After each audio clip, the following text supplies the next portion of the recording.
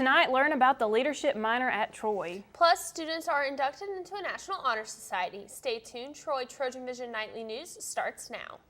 From the high-definition digital production center on the Troy campus, with news from Troy University locations around the world, this is Troy TrojanVision Nightly News. Hello and welcome to Troy TrojanVision Nightly News for April 22nd, 2014. I'm Amy Austin. And I'm Felicia Payne. Thank you for joining us this evening. Students work hard during the semester to keep up an impressive GPA, and as Courtney Addison shows us, a number of Troy students' all-nighters have paid off. Phi Kappa Phi Honor Society held its annual initiation Monday afternoon to honor the very best students at Troy University. Phi Kappa Phi is the highest honor a student can receive while at Troy. It recognizes the top 10% of the senior class and the top 7% of the junior class. The president of Phi Kappa Phi tells us just what it means to see this organization on a resume. When I see Phi Kappa Phi on the resume, I think they appreciate interdisciplinarity. In other words, they love to cross disciplines. Maybe they're in business, but they don't mind rubbing elbows and brains with people in the arts or the humanities. And that's one thing I love about it, because I'm all about interdisciplinarity. The initiates' family and friends were all invited to attend this ceremony, and the students were also given a medal and a pin to wear for graduation. Over 150 students were initiated at Monday's ceremony, and 2 of those students were eager to share what keeps them motivated to keep their grades up. My parents, they're like my biggest motivation. Every time I'm like nervous or stressed about something, I always call them up, and I just like to say like my friends are like a really good help resource as well. Like they're always encouraging and motivating. My dream motivated me. I know that I want to be a doctor and I want to make changes to my country, Vietnam. This honor is only given to juniors and seniors, but freshmen and sophomores, it's not too soon to start thinking ahead. I'm just telling them just to try their best. Maybe it would not pay off in the beginning. They will get discouraged, but just try their best and study and just believe that in the end it will pay off. All initiates are now eligible for different scholarships and other opportunities through Phi Kappa Phi. Courtney Addison, Troy TrojanVision News. This is the largest Phi Kappa Phi initiating class in Troy University's history. Most Troy University students hope to succeed when they graduate from college, but does that mean they have what it takes to be a leader? As Caitlin Isom shows us, there is a minor available for students that can help fill their leadership goals. Most people think that the ability to lead is a trait only held by a select few, but Troy University's Leadership Development minor focuses on teaching young people that anyone can be a leader if they are shown to use their skills not only to lead, but to serve those around them. The best way to lead is first to serve. We go back to the ancients of time and talk about one of the greatest leaders ever, and it actually comes out of the Bible, but we talk about that leader and how he came to serve. That's exactly what we believe leaders should be doing on a day-to-day basis with anyone they encounter. Serve them first, and you'll be surprised how the followers will reciprocate. Shannon says that the Leadership Development minor is really for anyone, whether you know you have leadership potential or if your talents are a little more hidden.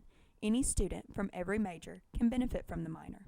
We definitely want to attract those individuals who already have those skill sets and those desire to be a leader, because if you have a passion to lead, actually the things we talk to you about, you're going to soak them in, and then you're going to go out in the community and utilize those things. But we also want to every now and then gravitate to a young person who has, I didn't even know I could be a leader. That is actually a high quality moment for us, because we've got a young person to understand, you know what, you can do this. As the former Air Force ROTC commander at Troy University, Shannon says he is excited to still be able to teach students about leadership because it is something that is truly one of his passions.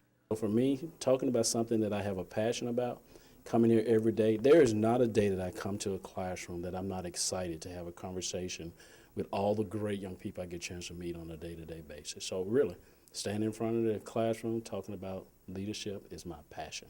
Anyone interested in taking the Leadership Development minor can contact Shannon at his extension 6572. Caitlin Isom, Troy TrojanVision News. In addition to contacting Shannon, you can visit the Leadership Development offices in Smith Hall, room 268. Well, Felicia, college students have a variety of ways to learn throughout their academic careers. That's right, Amy. And for some journalism students, they get the chance to learn from a man that is well known for delivering the weather to TV viewers in the area for longer than most of his students have been alive. Catherine White has the story. Dan Atkinson, an adjunct professor here at Troy University's Hall School of Journalism. Professor Atkinson is the teacher of the Special Topics class here on campus, and if you're wondering what Special Topics is, you're not the only one. I had no idea that this was even a class. I had talked to Miss Kate, and she told me, she was like, you need to take this class, and I was like, Special Topics in Journalism, what is that about? But you would never assume that it was weather. Before Atkinson was a teacher here at Troy University, he had lots of practice in his field. Outside of teaching, I'm pretty much retired. My last full-time position on the air was at WSFA in Montgomery, Channel 12, and was there actually a couple of times. I started way back in Atlanta in 1974. Not only does Professor Atkinson enjoy what he does, but so do his students. I think he is an awesome teacher. He comes to class. I can tell that he has a lot of knowledge about, weather overall. And he was once a weather guy at a news station, so he has that experience. Unlike, some professors I have who may not have the experience and only know, the knowledge that comes from a book. So that's a plus about having Dr. Atkinson as a professor. Atkinson offers advice to students who are looking for a career in the journalism field. Be willing to go ahead and knock on the door, because if you think the answer is going to be no, we're not interested in you, what have you lost? Just go on down the road to the next one. Special Topics is offered in spring and fall semester. Catherine White, Troy TrojanVision News. And Atkinson isn't the only local TV personality to teach at Troy. WSFA's Jeff Shearer teaches sports classes to journalism students as well. And now taking a look at news from around the state. In Montgomery, Alabama is shutting down its entire driver's license system later this month for computer work. Starting April 25th, state offices won't be able to issue new or renewed licenses for nearly 5 days. Crash reports also will be offline during the shutdown, as will access to motor vehicle records. A Northeast Alabama man has been sentenced to 3 life prison terms without the possibility of parole in the rape, kidnapping, and sexual abuse of a 4-year-old girl in 2013. A Calhoun County Circuit judge handed down the sentence yesterday for 29-year-old Raleigh Rowan of Piedmont. And also in Piedmont, an Eastern Alabama school district is launching a program to help high school students work toward becoming certified nursing assistants. The Piedmont school system is using a $99,000 state grant to launch the Health Science iWork Academy in fall of 2014. And still to come on TrojanVision Nightly News, the softball team faced off against the Florida A&M Rattler at the Troy softball complex today. Mitchell Spoon will give us the full details when he joins us with sports. Now Mitchell Spoon joins us with a look at sports. So Mitchell, I hear the softball team didn't have a very successful weekend in conference play, but they're in the middle of a game right now. What can you tell us? Well, they're holding their own right now against a midweek game. Like you said, they're playing Florida A&M Rattlers, but like I said, they're holding their own, and I'll let you know how they're doing right now in sports. Softball team is currently taking on the Rattlers of Florida A&M after dropping a pair of games to Louisiana Lafayette on Saturday. At the time of this broadcast, the score is 4-0. Troy got the first pair of scores at the bottom of the 5th. The first came by way of Bria Epps stealing home after Chelsea Itel got out at first. The next score came when Heather Johnston slammed a home run to left field. The next set came in the bottom of the 6th when Meg Willis singled to center field, allowing Leah Brundage and Ebony Wright to score. The Rattlers have been held scoreless as Jinger J.C. Afelt has pitched 6 scoreless innings, allowing only 3 hits. The Trojans play just 2 more games at home this season over the coming weekend. Sunday's match will serve as Senior Day. And while the softball team is at home, the Troy baseball team will wrap up their 5-game road trip with a pair of midweek games as well. First stop is tonight in Birmingham, where the Trojans will take on the Sanford Bulldogs. Trojans come into this matchup with an even 20-20 record after dropping their weekend road series to the other Trojans in the Sunbelt, UALR. The loss also brought their conference record to 7-10. Troy's led at the plate by Jinger David Hall with a .352 average, along with 8 home runs and 31 RBIs. For Sanford, they come into tonight's game with a 24-16 record after winning 2 of their 3 over Georgia Southern over the weekend. They were led by Tyler Philbin, who is batting a .338 with 8 home runs also and 39 RBIs. Assistant coach Brad Phillips said his team needs some players to step up in order to win this game.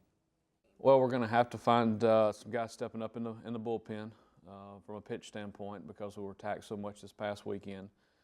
2 midweek games is always tough, much less coming off a long series weekend and playing 7 extra innings throughout the course of the weekend.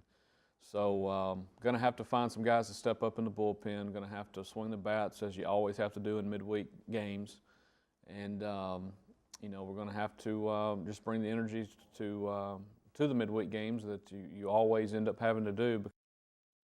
Sanford earlier this year at home, 9-11. Troy's 38-18 all-time against Sanford, including a razor-sharp 13-12 record in Birmingham.